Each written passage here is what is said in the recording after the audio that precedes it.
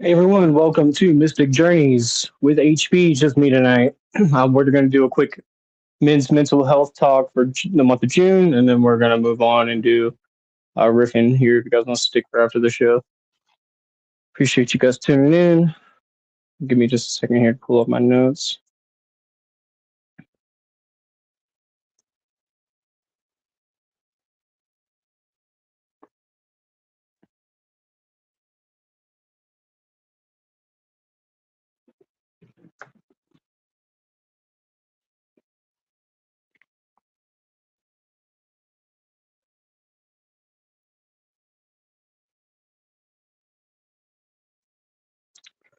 I have a little thing here. June is men's mental health. The man up mentality has been engraved into men in our society for far too long.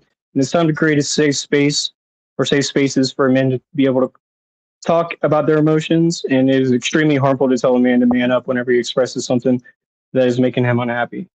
Um, and of course, this kind of applies to mental health in general, but because June's Men's Mental Health Month, I think it's really important to highlight on a few things, statistics, and um, just as far as, depending on where you are in your community, some places have no places for men to gather and to talk about the problems and stuff like that. So it's really important to have. Men experience mental health challenges at similar rates to women, but are significantly less likely to seek professional treatment. In the US, only about 42% of the men with diagnosable mental illness receive care, often masking their symptoms as anger, stress, or substance abuse rather than sadness. The treatment gap, low treatment rates, only about 42% of men with mental illness receive professional mental health services compared to over 56% of women. Reluctant to speak up, surveys indicate that up to 40% of men have never spoken to anyone about their mental health. And barriers to help, men frequently cite self reliance, fear of being a burden, embarrassment, and the negative stigma of appearing weak as reasons why avoiding therapy. Um, and that's kind of what we're here to talk about today. We're trying to, the way that I see it, especially a few of these things here that are definitely some of the big causes why men don't reach out and speak is because uh, self reliance, fear of being a burden, embarrassment. These are all, well, not all, but for the most part, they have the tendency to be social stigmas because the world around us tells us that men have to be the ones that provide, or that if they don't, they're weak and they should be made fun of. And that's kind of, you know, the stigma of the men in the society around us. And that's one thing I want to highlight as well. We should be picking our boys up. If whether you're a guy or whether you're a girl, we should be looking at the men around us and saying, "How can we help?" And I have a couple things here we're going to talk about how we can really help. But as far as the way I see it, that people are going to pick on you for calling you weak for trying to talk about your problems. Really, they're the ones who are weak because they're cowardice. They're afraid to speak about their feelings, and only a true man would be courageous enough to really speak and tell people how he really feels. Um, it says here over 6 million Americans experience depression each year. Nearly 1 in 10 men experience daily feelings of depression or anxiety, but fewer than half seek help. And instead of the traditional internalized symptoms like withdrawal, men are more likely to exhibit externalized symptoms, including fatigue, irritability, aggression, and loss of interest in hobbies. Men die by suicide at rates roughly 4 times higher than women, accounting for nearly 75 to 80% of all suicide deaths in the United States. Suicide is a large cause of death for men under the age of 50, and startlingly, about 60% of men who die by suicide had no documented prior mental health condition, highlighting the critical need for the preventative outreach. Hence why doing this episode today. Something I always like to try to highlight, but now we have the Mystics platform. Mental health is kind of our big thing here, so it's a big opportunity to just reach out and speak about this. Um, Substance abuse and co-occurring disorders. Men are nearly 3 times more likely than women to become alcohol dependent, and nearly 1 in 5 men will suffer from alcohol abuse during their lifetime. Men are also 2 to 3 times more likely to misuse drugs and binge drink as coping mechanism for underlying mental health distress. Um, Now let's move on to where we can talk about some steps we can help um, talk about our problems and things that other people could do for us if they're in our circle. Actionable steps to support men's mental health include building emotional safety, encouraging healthy habits, and simplifying access to professional help. Actionable coping strategies: schedule physical movement, engage in regular exercise like running or weightlifting, which naturally releases stress-inducing endorphins.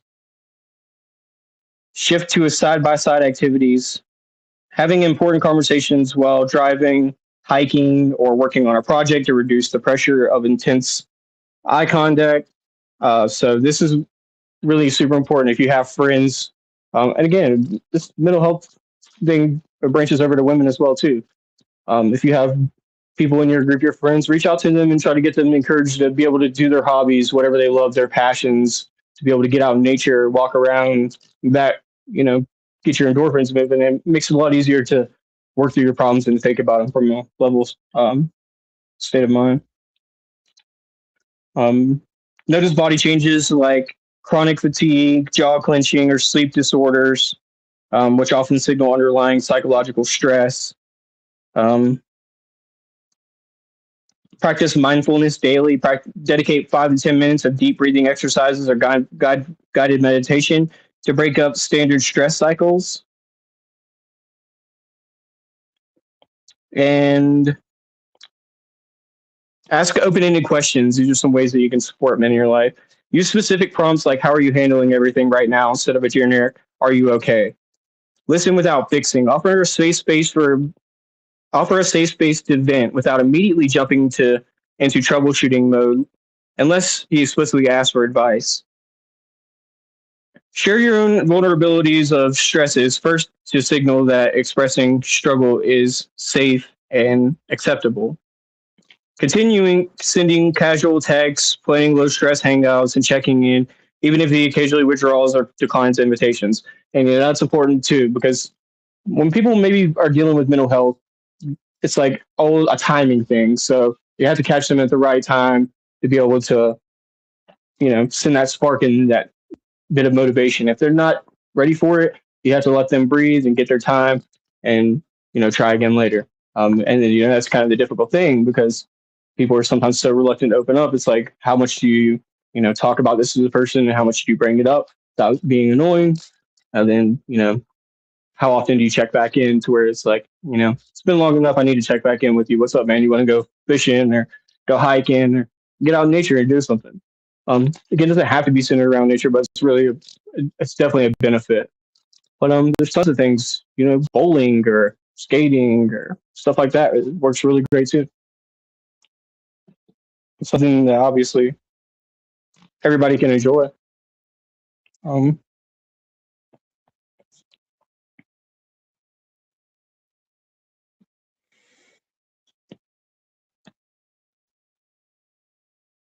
Participate in low peer activity-based community groups like MenShed or Face It Foundation to connect with peers facing similar challenges.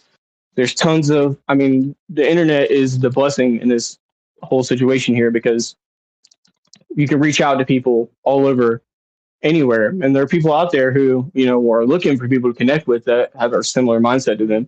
And it allows you to get out of your area where you live and branch out to a whole new group of people that maybe are way more in line with your views in life and what you're trying to do, your hobbies, your passions, things like that. So reach out to people. There's tons of people here in the community on Mystics that you can reach out to that would be more than glad to have a new friend under their belt.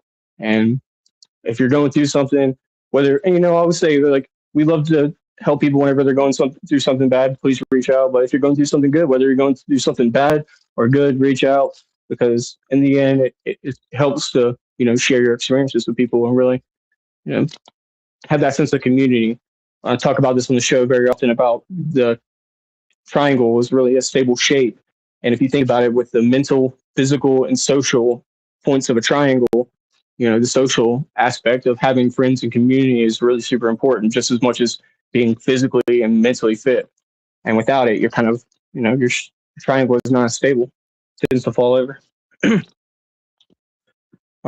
Complete a private online assessment through Mental Health America. So there's tons of things like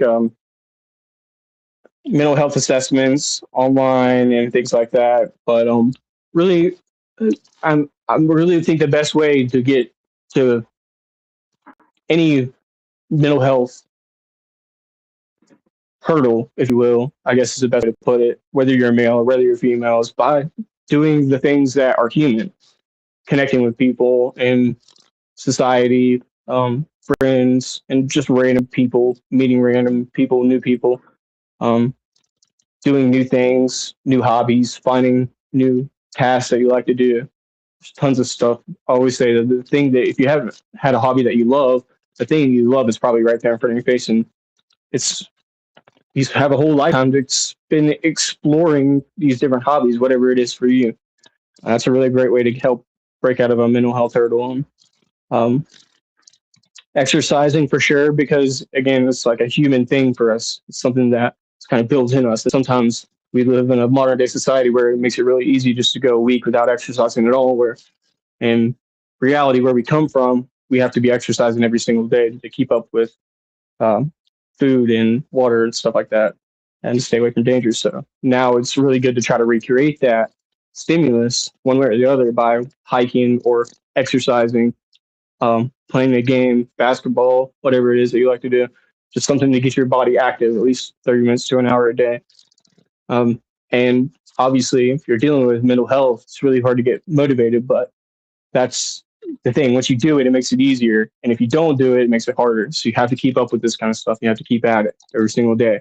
So when I went into BoJack quotes, speaking of men's mental health and depression, but one of the, because BoJack is all about, that's the whole premise of the show. One of the quotes from the show, he's running and he's laying on the ground. He's all tired, and a guy runs by him. He says, "It gets easier." He's like, "What?" He's like, "Yeah, it gets easier, but you have to do it every single day. And that's the hard part, but it does get easier." And that's really, that's why I call it the hurdle, because when you're jumping these hurdles, you're doing it every single day and you're trying to get a little bit better every single day. And, these statistics, they can all be skewed. Who knows how many people aren't taking this test that should be included into these statistics. But really, whether you suffer from depression or anxiety or not, everyone has, hard days, bad days. So it's always nice to, again, practice these tools and things around you, use them instead of denying them because you're stronger than that or you don't need it or any of that. It's kind of really a negative mindset to have. Okay, let me check some comments here, guys.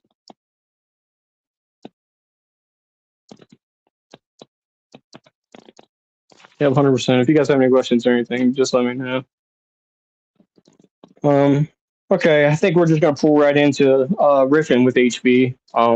If you guys are here, how we do riffing with HBs, I'll read a couple things from online about the band, and then I'll just kind of riff on it a little bit, talk about music and music theory, and probably repeat a lot of the stuff I've already said in the past shows. And you guys know what's up if you've already been here.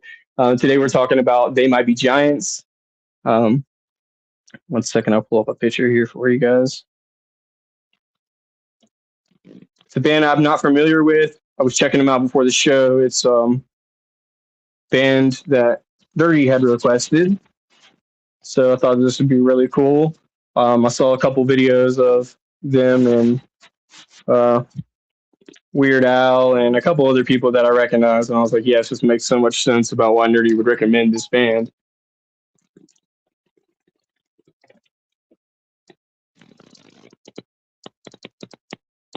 So these are the boys right here. They Might Be Giants. Expressing your emotions is strength. Yeah. And, I think that people who tell anybody different, really, that they're the ones that are the problem. And, it's hard because it just feels embarrassing if you've never done it, right? To step out and just say it for the first time feels embarrassing. But again, once you do it, it becomes easier. And you're never better for not knowing something, and you're never more of a man for holding something in and not talking about your feelings. 100%. Yeah, well said, dude. Give me just a sec here.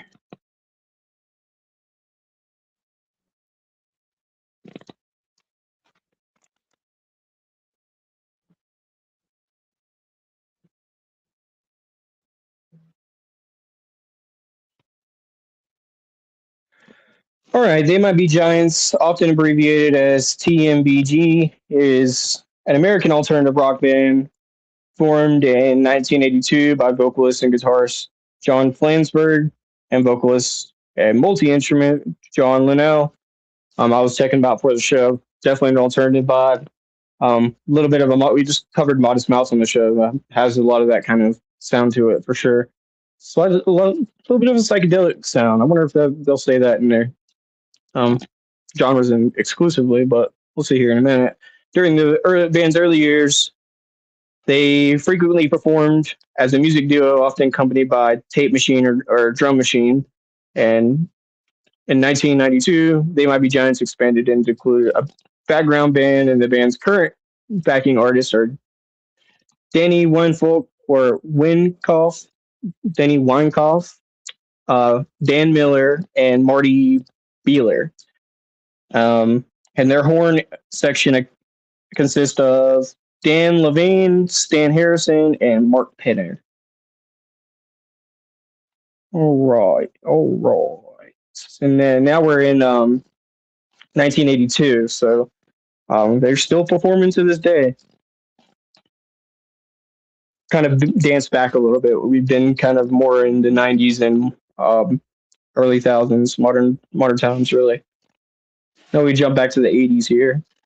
Over their career, they have found success on the modern rock and college radio charts, and they've also found success in children's music with several education albums and in the theme music for television and programs and films. They Might Be Giants has released 24 studio albums, crazy enough, starting with their self-titled album,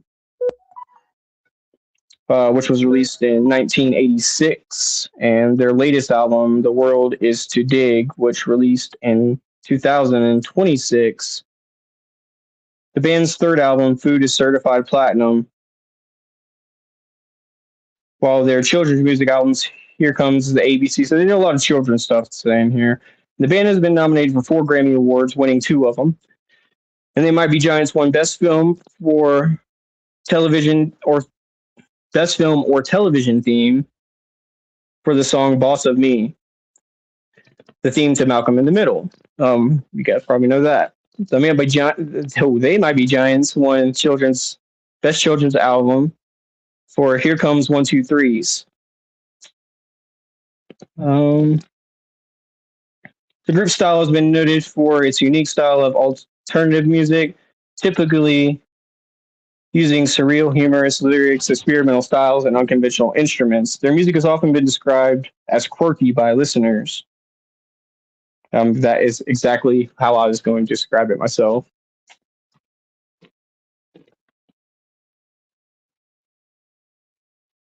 They Might Be Giants have been releasing music that's both snarky and sweet, morbid and whimsical, a little pop and a little avant-garde. So, pretty cool stuff.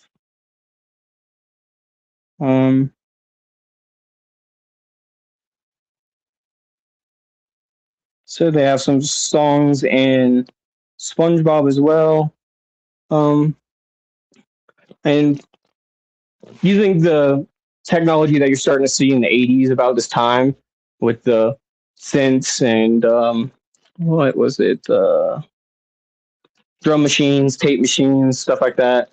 This is where you start to see these starting to shape our culture. It's really interesting because, in the 1800s, they didn't have electricity. So it was just guitars and drums and, scratchboard, whatever you can get to make sound around you. But as time started to go on, people started to make Gibson, obviously, with the electric guitar and his wife. They were great guitar duos, if you guys aren't familiar with. They started to create electricity in the music, and it changed the way that music was being made in the 80s and 90s and created the music that we have today. A lot of EDM and dubstep, people who are ravers, they would understand that. So it's really what it starts to create. And again, this is a new band for me. So whenever I was listening to it, and this is what the point of the show is, you're you're exposed to something that's totally new that you never heard before. And even though it's like, yeah, it's kind of similar to this, kind of similar to that, it's almost something that you never heard before in its own crazy way. So I like it a lot. Um, and make sure if you guys want to see a band, put it in the comments, and we'll be able to cover it on the next episode. I don't have a band picked out for Saturday, but I have again a huge list. Been picking from it, and I appreciate everybody for your support. And y'all please have a good night. And remember what I was talking about with the mental health stuff. Whether you're a guy, whether you're a girl, reach out to your friends around you and just try to be more of a community. You know, we all have things that we go through. It's not always easy, but we just remember to practice our agreements and do our best. And appreciate everyone. Please have a good rest of your night. Bye.